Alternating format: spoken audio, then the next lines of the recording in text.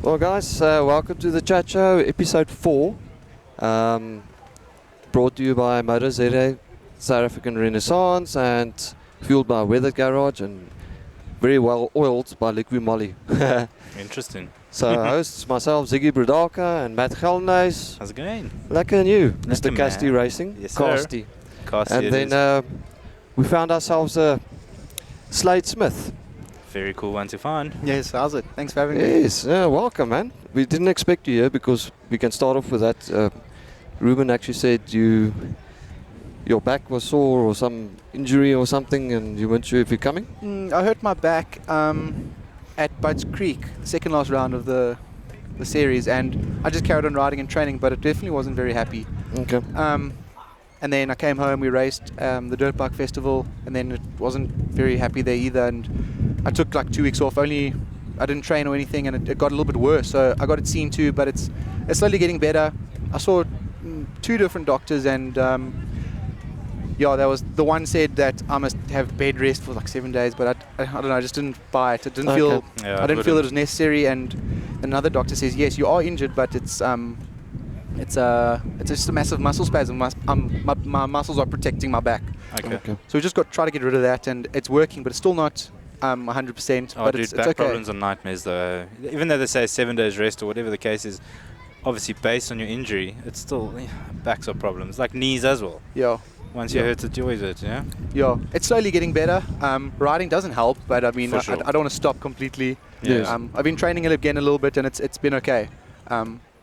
But yeah, I was on some pretty heavy medication, which helped it. Was it compounded or just twitching? So a neurologist said that it's the bottom 2 discs are bulging and they're touching the nerve. So it's a little bit, it's not the end of the world, but it's not very good.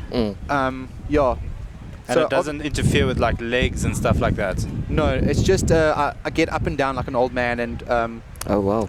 yeah, training, if I lean forward too far it hurts, so it definitely isn't happy, but it's alright for now, just to get riding and stuff. It's not the end of the world. Yeah. And the chiropractors can't. Sometimes they're not the best to Okay. deal with a back issue. Sometimes they tweak things that are like an underlying issue. Yeah. Something that they can't really pick up or see. Yeah. But I went to the chiropractor, but afterwards and the days after, it didn't feel better. Okay. So I tried, but it didn't really help. Yeah, it's actually unfortunate the heavy medication was the most relief. Oh, right. Unfortunate. Yeah, shocked my body out of the spasm. Oh, Yeah, okay. basically, yeah. it's not a bad thing. No, But Well- also not the greatest, huh? no, it's not my first option. Yeah, for sure. Well, it's really good to have you, and we see you entered, so that's wonderful. And Yeah, me A and little Matt- late entry. You kept us on the leash there to know if you're going to race or yeah. not. Shame I had to ask them. They opened the entries for me on Friday night. Yeah, Oh, wow, Okay. okay. Thursday night. Yeah, That's yeah. still cool to have you. yeah. I managed to get a bike thanks to Ridgeway and Uncle Grant from Okay. Ridgeway Racing. Yeah, he organised me a 450. All right. So yeah, And when cool. your dad shed full of Hondas, what happened to that? He's still got his Hondas in the garage. Ah, okay. Yeah. But you're not Can't leave allowed the to ride it. His blood is red. You No, can't no. leave the Hondas away. You No. can't. Yeah, his CR500 is going to stay clean. Oh, Okay, Yeah. it's Is a that one? showpiece. That's his one. All right, It's cool. his baby. Okay. So let's recap. Let's have a little recap of the outdoor series, the Yes. Pro Racing. Let's hear. Yeah. Give us a little recap on your best finish so far. You said it was a 16th overall? 17th overall, Okay. 18, 15 in the motos. Yeah, maybe not wiggle so much. okay. If you can. Sorry, too much No. energy. It's fine. Yeah, so Southwick, the sand track, 18, 15. I didn't get such good starts that day, but I mean, I think I peaked that time of the season with fitness, speed. Bike felt good. It was just like a Comfortable. good week, good day, good everything, and it all worked out. Yeah. Oh, that's awesome, man. And which round was that? Southwick. No, I mean round number. Oh, I'm not sure. Okay. 5 or 6, something like that. Yeah. But- Yeah, pretty much in the middle of the season. All right. Yeah. Okay. Okay. And you're on a pretty big team up there as well, eh? Did that come about from the start when you went to America for this year, or was it a... We've been working, my dad, Uncle Wayne King, Yeah. guys around us, they managed to sort that out for me, so that was really cool, great opportunity. We found out pretty late before the start of the season, but it was still all good, well within time to get ready and stuff. So yeah, cool to be putting out of a rig. It's a really comfortable setup. That's help me here. Rides Unlimited KTM. Ride Unlimited KTM. Yeah. Why did I think you and Blake Baggett's whole Rocky team? Mountain is a title sponsor for the team. Oh, okay. Yeah. All right. Okay, so that's where it comes in. Rocky Mountain Rides Unlimited. Okay. Yeah. And so it's considered a factory ride then? No, it's a privateer team.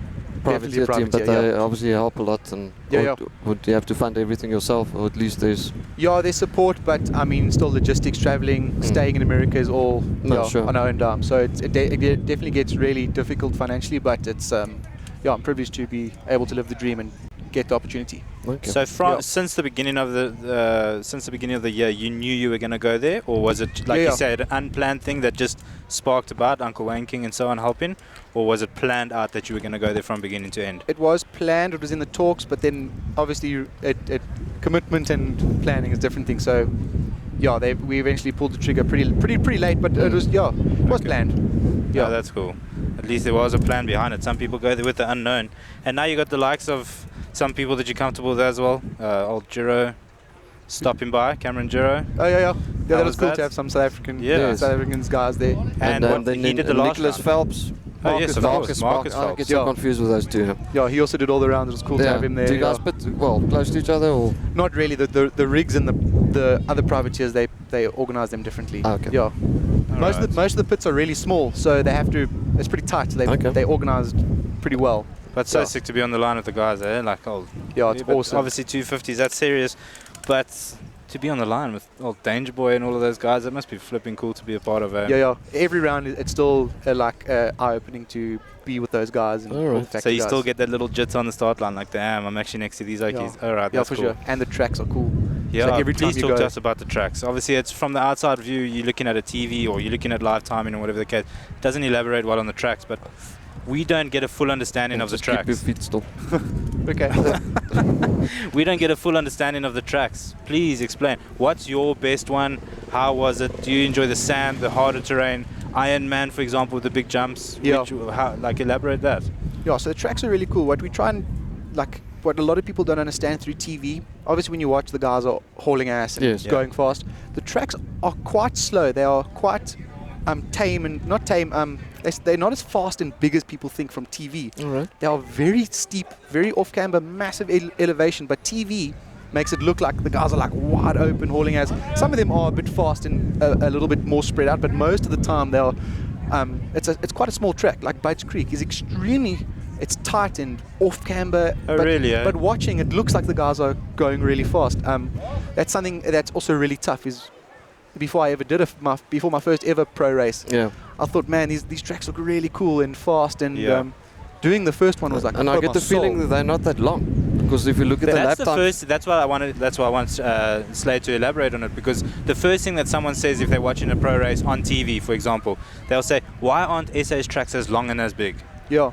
But they are not. Well, this track, for example, is probably bigger than most of their tracks. The amount of space it takes up. They just. Also, the way they prep them really deep, really well. Yeah. Loads of obstacles. There's no simple flat straight. Yes. They will add something into it. The tracks are really, really busy. Whether it's an off-camber, a single on the inside, really cool sections. Like Iron Man has a section in the back. You go. It's quite cool. You go from you go around a right-hander, then you go down a hill, up a hill, then it's a triple into like sawdust rollers. Then it's a jump that's not meant to be jumped, that guys start jumping. Then you go under a bridge. Then it's a quad. Some guys, I think Deegan, he went 5, the only guy to do it, he did it once. I think he did a few things that day that no one was doing, eh? Yeah, so the tracks are busy like that and very unique. Every track is something unique. Red Bud has Larocco's Leap. Yes. Is it as big as we think? That thing is big as what it is. Okay. It's as big as what it is, and it's also difficult because there's not much run up. It's uphill, and the corner before is really rough, full of ruts. Yes, so I saw. If someone missed a line, then it's You can't jump it. Yeah, that's and a being on a 250, you have to come from the outside as fast as you can. Those legs are laying right off the back of the bike to get over that for thing. sure. That's where you definitely want a factory motor. Just on the 250s, I know they got factory bikes, but your bike it wouldn't be a stock bike, right? It's not exactly stock, but it's definitely nowhere near what the factory guys are. I mean, my bike lasted the whole year. I don't have to do like major services like they do. All right. Also, it's cost effective to do it the way we did. Yeah, sure. We don't exactly have the logistics and the money to But it's do a what bit of they an do. unfair advantage that they have what they have. Yes, they are good, but if you had something similar, do you feel you would have been more competitive? I think so. Is it? Especially on the start. If you start in the front of the pack, you after the first lap, you're not so far behind in that 25th to 30th position. Yes. If you start there, you're going to probably finish in the top between 20th and 30. But if you start in the top 20, you're going to finish in that area, and you're going to ride with those guys. That's right. And those guys will pull you forward, and you adapt to that speed. Yes. If you get a bad start, when you come around on the first lap, you're already miles behind first. Yeah, it's all. Yeah.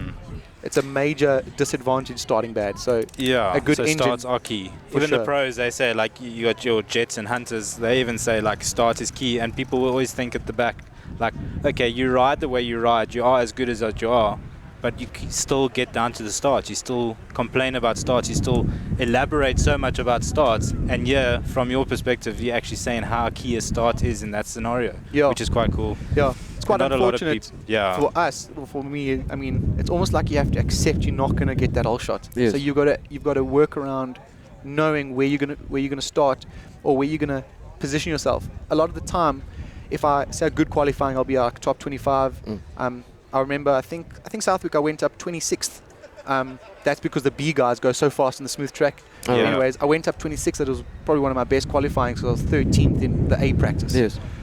So I go up, and then there's guys that, because the line out the gate is skew or rough or bumpy or something, the factory guys, they don't choose it because they all choose the perfect line, because all 20 or however many factory guys there are on the day, they all are pretty much similar. So they're fighting for that. So I accept, like, okay, I know I'm not going to beat. So you're going to get basically what's left over. But I try park next to a factory guy. Okay. Almost create any like a little tunnel. opening. Yeah. That's cool. You try avoid that ultra inside or way outside. Yeah. And please, like we were talking before the show now, about Southwick, your best finish of the year. You were trying to explain that it wasn't as sandy as what the likes of the SA guys will see as PE, for example. Yes. As deep as that. Can you just tell us a little bit about the Southwick track, the notoriously sandy Southwick track, as it's known as, you know? It's very sandy, but it's not that endless, bottomless pit of beach sand. It's almost... so there's a hard base somewhere. There's a hard base. There's some rocks that come out. It gets those small lower rollers that are pretty steep. They got a lot of kicker rollers, I'll put it that way. It's not as deep. You could get away with, some of the sections not having to run a sand tire. Oh, really? Yeah. It's sandy, but the braking bumps form, they become hard pack. Oh, wow. It's a weird track because it's quite small. Yeah. And it's off camber. There's a lot of off camber sections. You were saying, And then that becomes very tricky with the front end traction, because there's some like off camber, fast flowing sections, and then there's all of a sudden another off camber that's tight. So the lines are that there's not as many lines as you would expect from a sand track. Okay. But it's rough. It's a lot of G-outs, a lot of elevation changes. So that's where the physical fatigue comes from. It's a difficult track to do, and it's quite fast. So you can go fast around the small off-camber track, and there are some like small. There's some sections that you can jump the stuff, but then you land in the small little steep pockets. And it's a very technical track. Choppy, for sure. actually. It's definitely it's a sand track. It's rough and tough, but it's a little bit different. It wasn't what I expected. Okay. I was privileged to get press day that day, the day before. So nice. That was nice to also learn the track. I remember that. It was a complete. It was opposite How does of what that I was actually expecting. work? Do they go, you top, or you 10 guys can come? Well, I don't understand the press day thing really. So as far as I know, the factory guys, they get press day all the time. But for like my team, we get two a year, and then they allocate them. But we were lucky; we got 3. Okay. Because in the last round, the team boss, his kids, they raced. I think he asked, and then it was fair to give the whole team. So that was cool. So we got 3. Yeah. And who's involved in the team? Who, like the team boss you staying now? Or his name's Greg. Okay. And his kids are Jonah and Lucas. my teammates were Max, Ethan Lane, Chad, Salts. So guys from Ethan's from the UK, so that was cool. There was a bit of international stuff going on. That's right. Yeah. And here's the next one. So I know you've been doing it for a while with regards to Minios and Lorettas and so on, but for example, your USA tour, if you could say it as much as that, but are you ever going to try and go as far as, well, not as far as like into the MXGP scene, into the European scene, or you want to basically stay in the US? Do you prefer America? Well, I've never been to Europe. My dad started me out in Minios in Florida in 2013. So I think he started there. We found success there, and he almost invested in that side of the racing, not the European side. If the opportunity came up one day to do the European stuff and it all worked out, I mean, sure, I'd love to do it. But yeah, we chose the American stuff because there was a much bigger and easier way to get into the amateur racing. All right. And Minios is a 7-8 day event of just racing all week. So it was almost also a cost-effective way to start my international racing because you get a lot of bang for your buck. Yes. Okay, makes sense. You go to America and you get to race for 8 days in a row at the same place. That makes sense. 2 different tracks, and still probably some of the fastest kids in the world. So that's why we chose that, and then we just stuck with it because I mean it's not the easiest to do both, and I mean No, sure. yeah, I was still focusing on South African championships then as well. Yeah. And your plan, I know it's probably the question you're going to get asked quite a lot this weekend and the past weekend at Dirt Bike Festival. Well, not past week, it was 2 weeks ago, if I'm correct. Yes. Right. Next year? I'm not sure yet. We're going to see. I'm not sure about Supercross either. Everyone's asking me. Yeah, that's what I was going to ask next. Wow.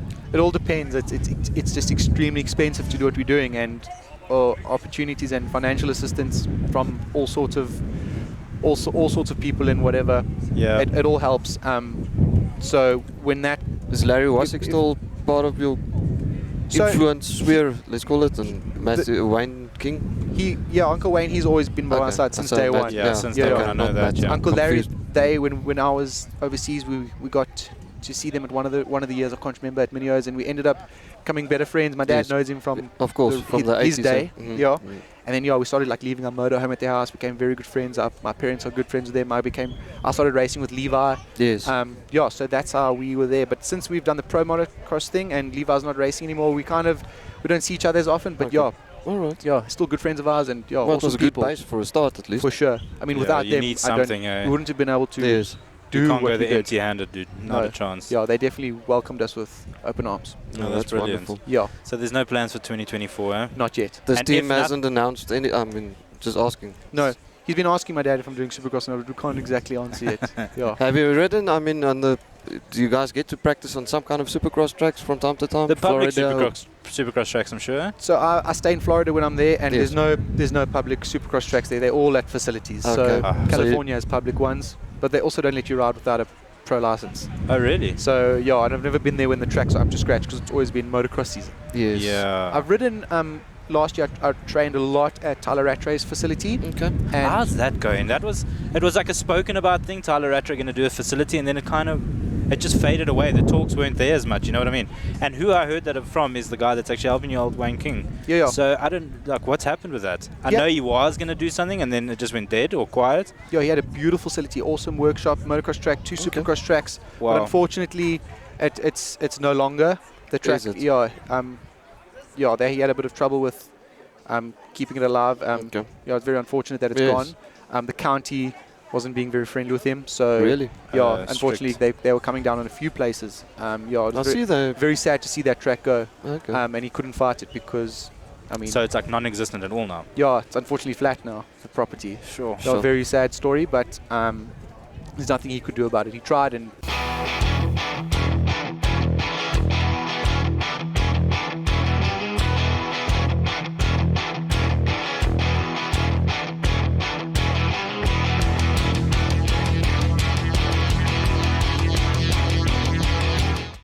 Evans waterless coolant is the solution to boiling over, so you can push your vehicle like this, and this, and this, without fearing the temperature gauge.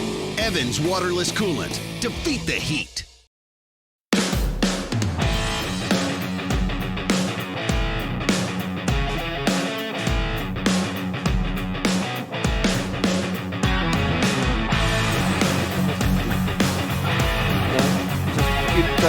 Yeah. Sorry. Yes. Yeah. So yeah, that was shit. But yeah, he had a beautiful motocross track, extremely rough. Chase Sexton, he trained there. So that was also why it was cool. Tyler lets me come ride there. Okay. Like, I'll just say, can I come today or whatever, and he would let me. And then yeah, every now and then I'd ride with Chase, and that was also something cool.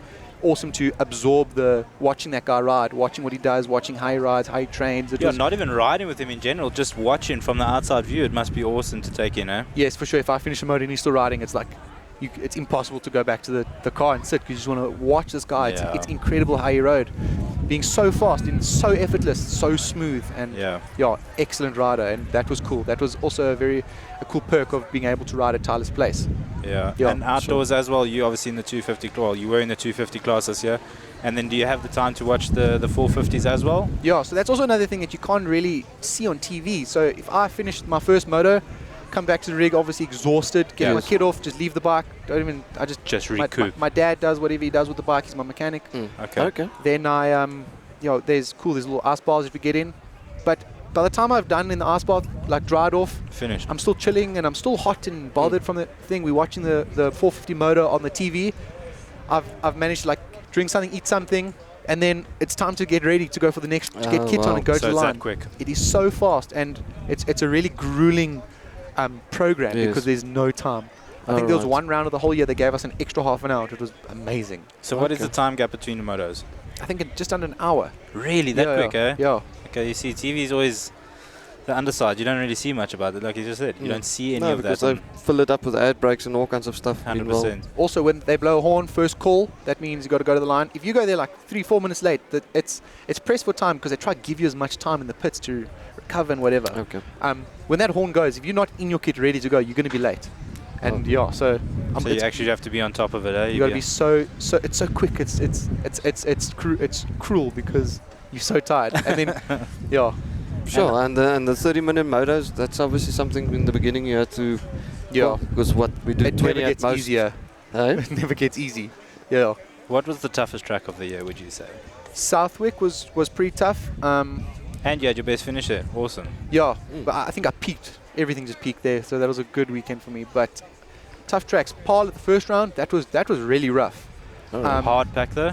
Hard pack. But it's almost got a bit of... Because they prep it and they bring a lot of new soil in for that race, it was a little bit loose. But got square edges, got some rocks.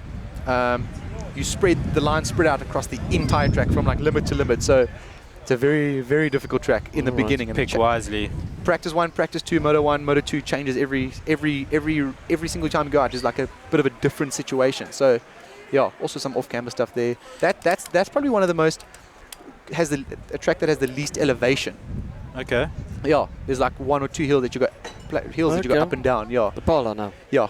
And a sighting lap, you can't really get it to grips with a sighting lap. One sighting lap there, you don't really see every single line and every opportunity you can. No, there's too much to see, so doing it a little bit slow is key, but you also want to go pretty fast. I like to go fast on the sighting lap just to get warmed up. Yeah. You can do as much warming up in the pits and stuff, but it just feels lacquer to get loose on the track. Does everyone go full balls in the sighting lap? No. Some guys go at full tilt, some guys go dead. So like Jed Lawrence, I've seen he goes dead slow, takes it all in. So it's just observing. But everyone's different, dude. You can't now watch someone like Jet and say, hey, I'm going to do the same. It won't work for you. You would probably know that. Yeah, exactly. Yeah. Everyone's their own little self, so you need to take in what you can take in the way you take it in. Yeah. Also, this year, the sighting lap was pretty important. I would say more important than last year. They did a lot less prep to the tracks in between. They would only prep some pretty dangerous takeoffs, I'd say. And they would even prep some sections. They would only prep half the straight, like the outside or something. It was quite weird. That's but awkward. it was pretty difficult because also then they prep like half a straight at Redbud. They prepped one outside and an outside and an outside. Everyone uses it the first 3 laps and it gets absolutely blown to pieces. Then you just go back to the same what it was. So it makes no difference really. It doesn't really. Those first 2 laps maybe, but also in those first 2-3 laps, the pack is still so bunched up that even in the guys going to the outside, there's so many of them using it that the guys on the inside. There's like 3 guys here, 3 guys in the middle, guys behind you, guys right in front of you. That it's not like there's one-on-one. If he goes to the outside, I'm going to follow him because it's the fastest. There's so many guys, you can't follow. You got to like find your own line just to keep that momentum going through those first 3 laps or whatever.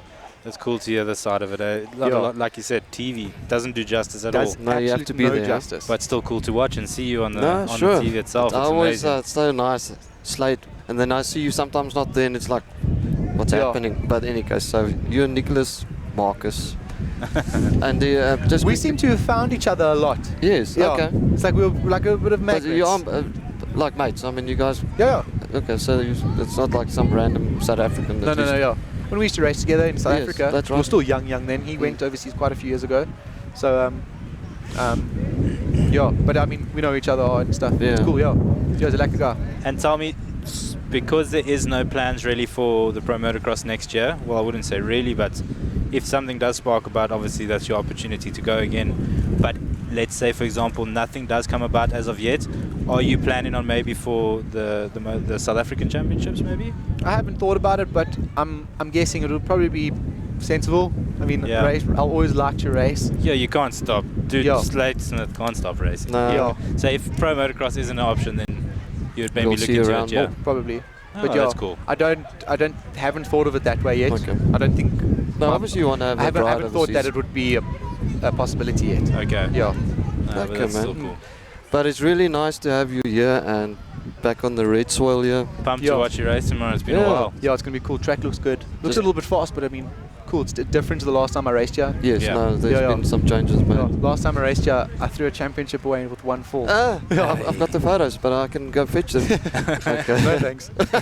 I'll add it into this video. I Yeah. think it's David Goosen and him. Me and Reynard. And, okay. Yeah. And but then, it's fine. It's fine. We'll leave that for this thing. Yeah. But listen, Slade, it was really, really cool to see you. Yes, thanks for Catch having up, me. and thank you for the race shirts, and that's awesome. Yeah. Cool. Lekker, man. Sweet. Cool. Yeah. Thank you, man. Sweet. Enjoy tomorrow. Lekker. Thank you.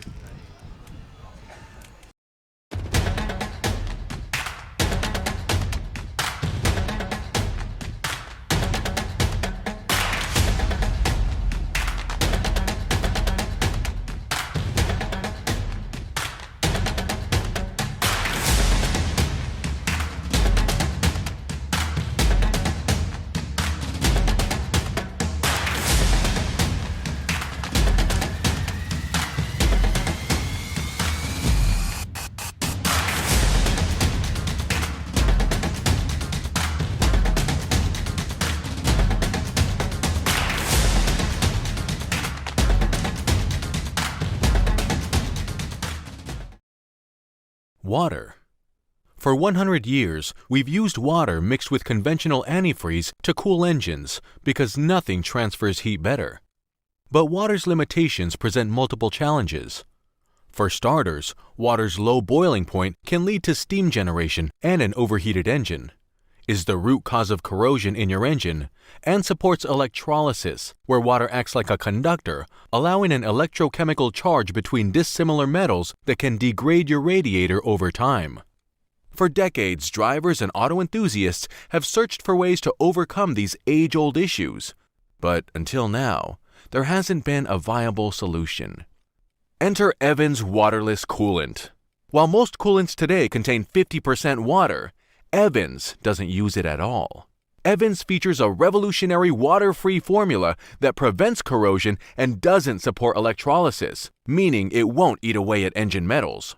The biggest difference, though, is Evans' boiling point, 375 degrees, which is far higher than water's at 212 degrees and regular coolants at 235.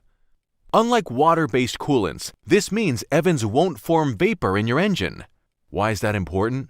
Because vapor pockets forming between liquid coolant and metal components create a barrier that prevents heat from being drawn away from the engine, which is a coolant's job in the first place. Water conducts heat extremely well as long as it remains a liquid. But quickly and without notice, vaporization takes away nearly all of water's capacity to transfer heat. With vapor existing between engine metals and liquid coolant, hot spots develop in the metal. Pressure builds, the coolant begins to boil, and the engine overheats. When engines overheat, people are stranded on the side of the road, get stuck out in the woods, and lose races. Overheating can ruin not only your day, but under the surface, ruin your engine. Evans is safer and more stable than traditional coolants because it prevents the high pressure levels that lead to boilovers and volcanic radiator eruptions, meaning hoses, seals, and gaskets are less likely to leak and will last longer. From cars to trucks to motorcycles, Evans is an enabler. It allows safe, consistent, and efficient operation in temperature ranges that are simply unreachable with water.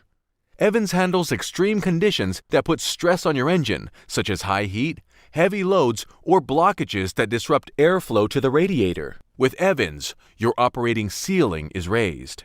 Evans does its job well past the point where other coolants fail, even in situations where performance isn't your main objective, such as with classic or vintage cars. Evans helps preserve the engine by eliminating the long-term corrosive effects of water, which is exactly why collectors and museums use Evans to protect their investments. What all this adds up to is the safest, most efficient, and most reliable coolant available. Whether idling in traffic, off-roading, or racing, drivers and riders finally have a solution to the problem water presents. Evans waterless coolant provides permanent protection, reduced maintenance, and enhanced performance, even under the most extreme conditions. Learn more and find out where you can get yours at www.evanscoolant.com.